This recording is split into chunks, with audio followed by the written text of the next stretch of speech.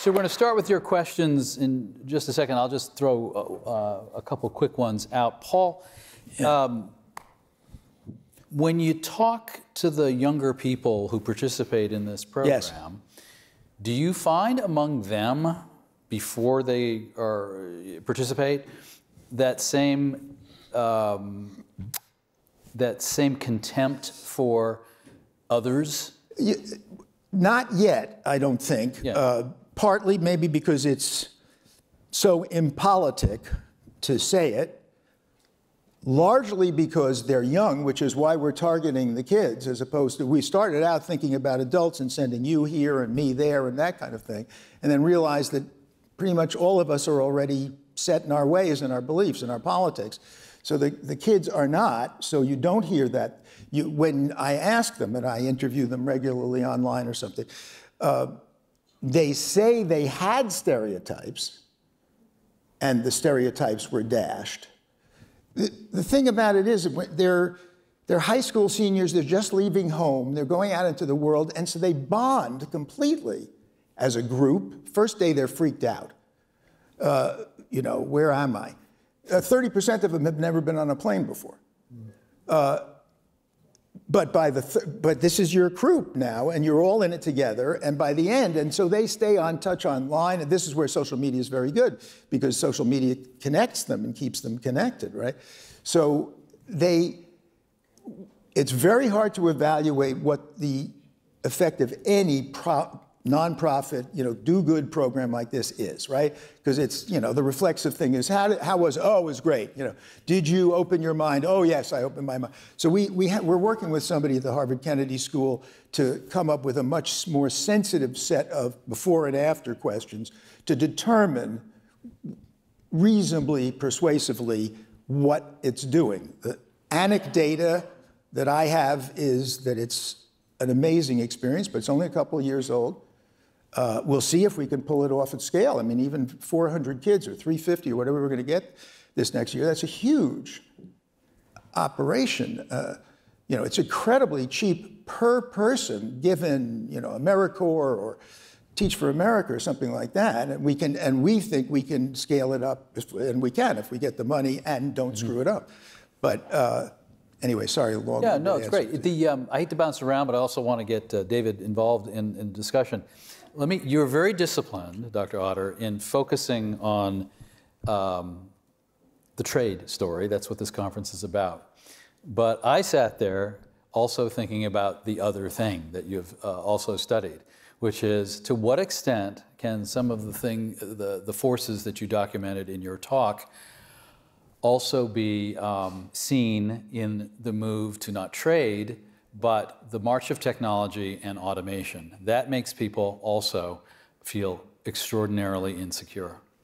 Yeah, over the longer term, it's been more consequential as well. So I agree with what Dr. Freund said earlier today about, we're always focusing, well, we should have trade adjustment assistance. Well, we should have adjustment assistance. It's not a morality play, whether it's China or machine or whatever, or just consumer tastes. The point is that we have a shared interest in enabling people to remain engaged, to maintain their self-esteem. A job is not just income, it's identity, it's friendships, it's social esteem, it's a structure for your life and a sense of purpose, and we ignore that at our peril. And I think something that Democrats have had wrong for a long time, starting with Clinton, is the notion that you could just compensate people monetarily for their losses from disruption, and that's just, people do not want to. The arrangement says, here's your crappy job and here's your check, so we're all square here. People don't like that. They want to feel good about the work that they do. They want to feel it's valuable. They want to earn a living based on their own effort, and so I think we have a shared interest in the quality of work, not just the quantity of work, and I think automation has been a big deal, not in the short run. We don't see towns wiped out by computers and so on, but gradually it erodes sets of tasks and sets of occupations and sets of skills. We had a big hollowing out of the middle of the labor market, a decline in production and operative work, a decline in clerical, administrative support, and sales work, and that reflects automation of codifiable, computerizable tasks, and that will spread, and artificial intelligence will move that into new domains. So we have a lot to think hard about. These things, like trade, they grow the pie. They increase GDP, but labor scarcity, the value of your labor, is the most important thing you own. And if it's devalued, the fact that the world is getting richer doesn't necessarily help you. I would say also, I mean, I've done stories about a ton of training programs over the years. They have generally speaking, it's not always the case, but it's generally speaking that they have the machines that the company doesn't use anymore, right? And so, you know, when you talk to people in, CAD/CAM, I mean, you know, fancy stuff, computer-assisted design and computer-assisted manufacturing. The people who are doing the jobs, well, I'm not sure I can, you know, I'm getting a job, HVAC. You know, HVAC is big, you know, heating, ventilation, and so forth, air conditioning.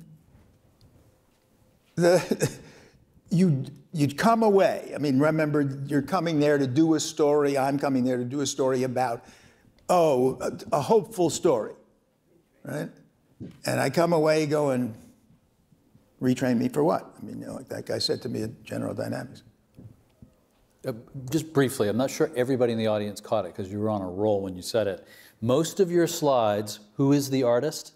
Paul? Not most of them. No, the American Exchange Project, that's us. Yeah. Every other, and the you know, the gun slides I've taken off the internet. But every other slide. Every other slide was generated by DAL-E, D-A, capital D, capital A, capital L, capital L, hyphen E, play on the old movie WALL-E. That's the same people who make ChatGPT, OpenAI, or something called Midjourney, where you have to subscribe. So a friend of mine did that for me. I mean, sent them out. And all I did, in fact, when I started doing the prompts, it may be more than you want to know, but maybe you got no choice now because I'm in the middle of the sentence. When I started out, I was trying to be clever and say, man with horse and, you know, whatever. And then I defaulted, finally, to just clan versus contract. They give you a choice of 4 of them, you know, inequality. As like that. I mean, that's how fast, no, it's probably 5 of those, but that's how fast it goes. And maybe it's a cooler job to be the designer of that software, but it's not a terrible job to be the graphic designer who didn't draw it. I'll tell you a secret, which don't tell anybody. I did a story pitch the other day. There was a series, some foundation wanted a series on, please don't read this to my boss, because I think it would undermine her faith. But I did she said we weren't doing a series on poverty. So I started, and I wrote one after another, you know, story ideas, short. And I thought, let's see how ChatGPT does. All I did was PBS NewsHour story, 1 paragraph, poverty in America. It spat out 10 of them. I sent it to the woman who raises the money. She said, these are awesome. Oh my God. I did not say it, and you don't tell her. Well, you don't know her name, so Oy. You don't know her name. Fabulous, love it. Volunteer number 2, passing the microphone to, I think that looks like, is it Judy? Yes, Judy from Belfast. We've been talking, and it's been very clear that retraining, whether the cause is trade or the cause is AI or the cause is whatever, retraining at all levels is going to become incredibly important. David, are we doing anything, and what could or should we be starting to think about doing? So the Biden administration is investing in this. It's a very hard problem. We don't have a lot of glorious stories about successful efforts to retrain mid-career adults. We've gotten a lot better at training programs directed at young adults. Mm-hmm. It used to be that federal training programs like CETA and JTPA, right, they're basically like send you back to high school. Well, it didn't work the first time. Probably wasn't going to work the second time either. And now training programs are much more focused in a variety of ways. There's assessment, what do you know? There's where are we targeting you? And then there's lots of supports along the way. So Project Quest, Year Up, Jewish Vocational Services, there have been successes, but they are mostly successful with younger adults. So what can improve the part that we're not as good at? I think a few things. One, of course, is foundational education is what makes people more retrainable. The more people are educated, the more adaptable they are. And so our education system itself provides a foundation. A second, of course, is in many, traditionally in blue-collar work, there was a lot of apprenticing, and unions were invested in reskilling people. That worked pretty well. I think in the future also, my hope is that technology itself will enable us to make education much more immersive, more engaging, more accessible, and cheaper. Adults learn well in situ, so we shouldn't be sending them into classrooms, right? We should be creating virtual environments for people to learn in. Yeah. So, the most successful things I've seen, only a couple of them, are apprenticeship programs. Where the company, I'm thinking of BMW and Greenville, Spartanburg, partners with the local community college. And they provide the top-of-the-line equipment. There's also a high school in Louisville where the same thing happened. They're on the state-of-the-art stuff. And in this environment, again, an environment that we did not experience when we were that age, where they're really worried with perfectly good reason about what job they're going to get. They can't afford houses. Our houses are, appreciated like college tuition, right? And so we could never have afforded. I certainly could never have afforded the house I live in now if I was, just coming out of college. Anyway, in those places, those kids are motivated once you get them in the tent, particularly the kids who are good with their hands, as they would tell me, as opposed to sitting in a classroom and being bored, bandy-legged. And so that has been somewhat hopeful. I mean, so I'm a big believer in apprenticeship programs, comparably speaking, but I don't know how, what the net benefit is going to be. And they're expensive. And the ones for people who have dropped out of the workforce or dropped out of school, the way they work is really expensive, because that's calling the kid up in the morning to show up on time, to go to their house even. I've been, I remember one in Milwaukee like that. And that's hugely labor intensive, right? Volunteer one, you have a raised hand. Hi, Hank there, Weathersfield, Connecticut, again. Question for Dr. Autor. Very much enjoyed your talk, but left one glaring question. You said 30 years ago, nobody saw the disruptions of global trade. And I got to ask, at the risk of sounding snarky, in 1983, had nobody ever been to Detroit? So, you're not the first person to say that.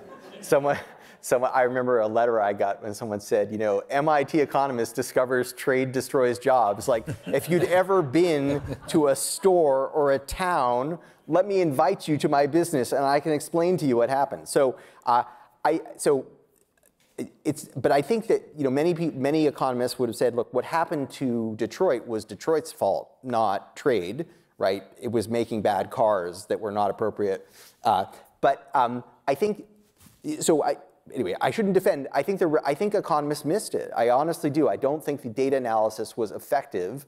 And I think there's now an effort to go back and reevaluate, quote, to reevaluate NAFTA, to reevaluate the Japan trade shock. And I think the evidence is there, actually, and they weren't looking at it the right way.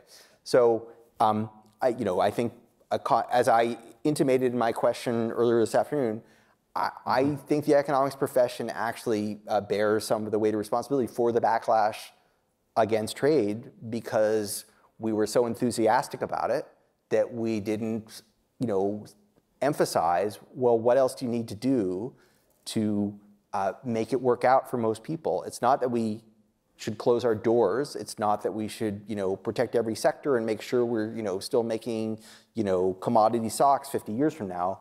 But we ought to recognize it's going to be disruptive. And so the pace of change matters, and the policies that are in place matter. I have a question for David, which is, do you not think, or do you think, that the very fundamental concept, a number of people, you and Carolyn, have both mentioned, the pie grows, and but isn't that Pareto optimality is the formal term? I mean, no, I mean, it's a bigger... Yes, Pareto optimality means someone gains and no one loses. But no one supposedly loses because there's more. But they do, again, the slices shrink in absolute terms even as the pie grows. So you need a second set of policies. Yes. Right, so the second welfare theorem says you can do that, but you never will, right? It never happens. And that's what I mean. So it's a core of economics, not just of the economists who are, not looking in the right place. Volunteer one, we have a nice raised hand here in the front. Oh, sure. Is this on? Yeah. Hey, Peter Goodman from New York.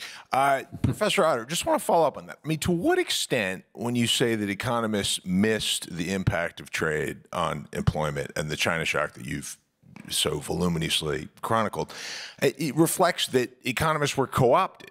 I mean, that by the think tank nexus with the political class, which was influenced by the donor class, working for shareholders who wanted access to cheap labor in places like Mexico and China. Never explained by conspiracy what can be better explained by incompetence.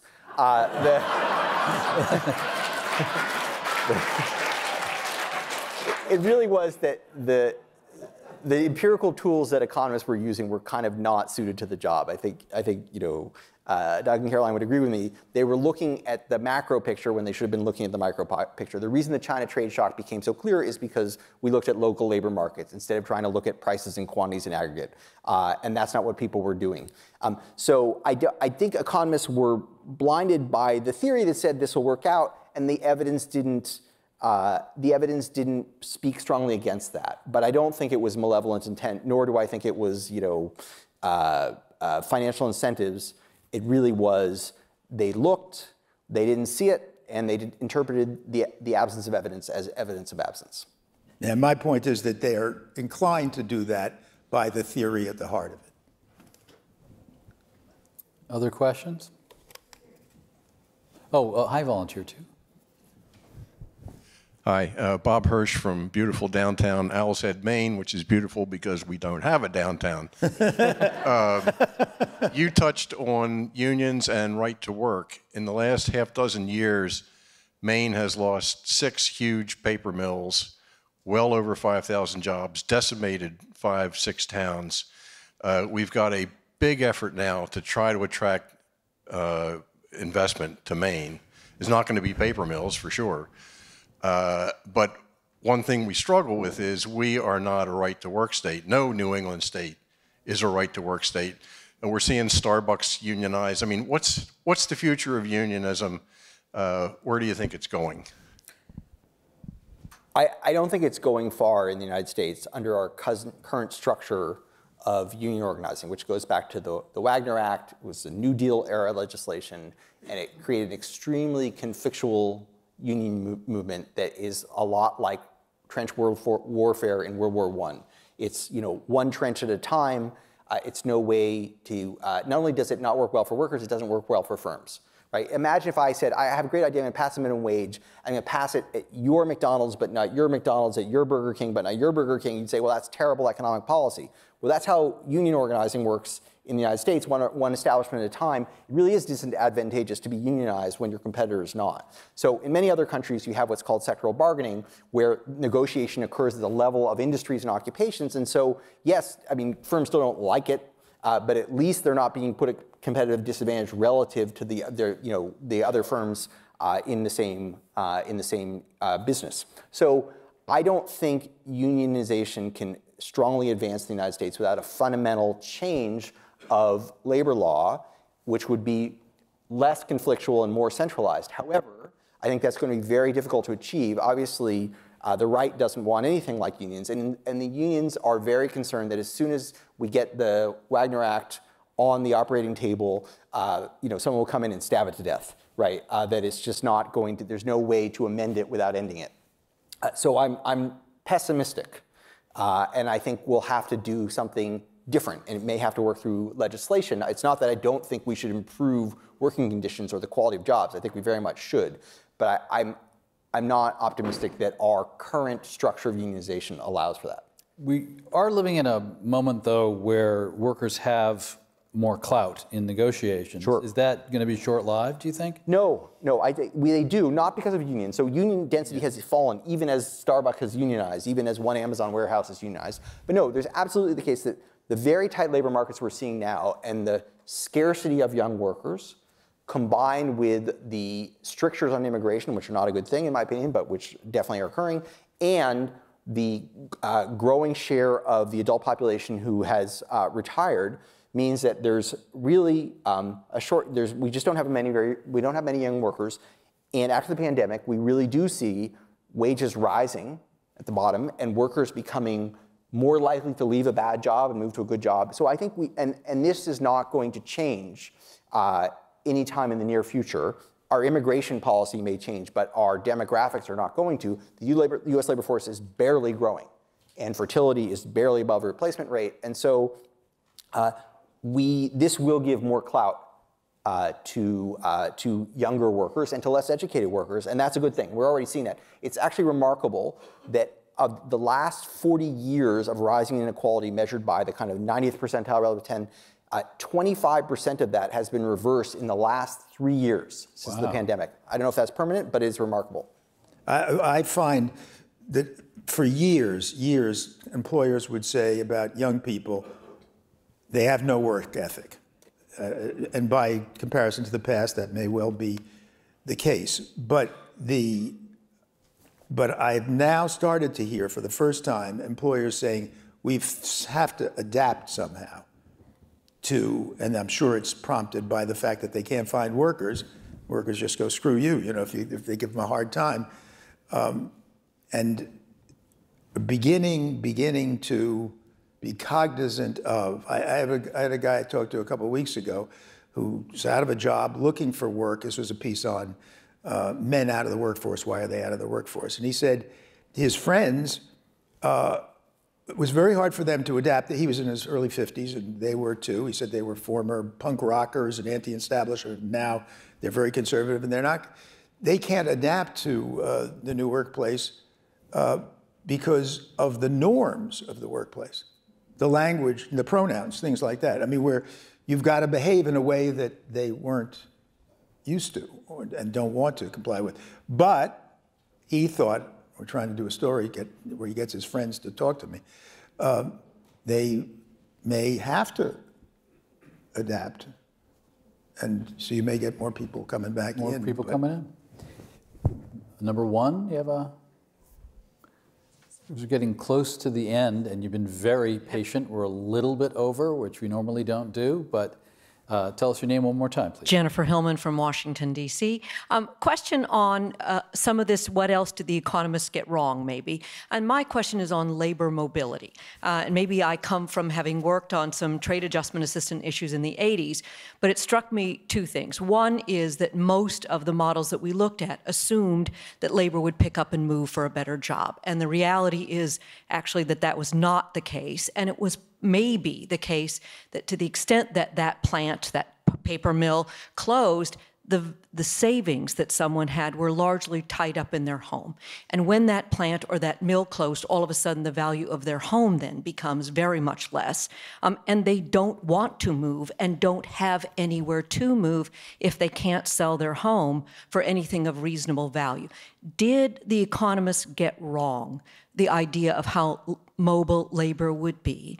And the second question is, does the increase of technology and the ability to work from anywhere change in any way the way that we should think about the mobility of labor going forward when we start to think about trade adjustment assistant?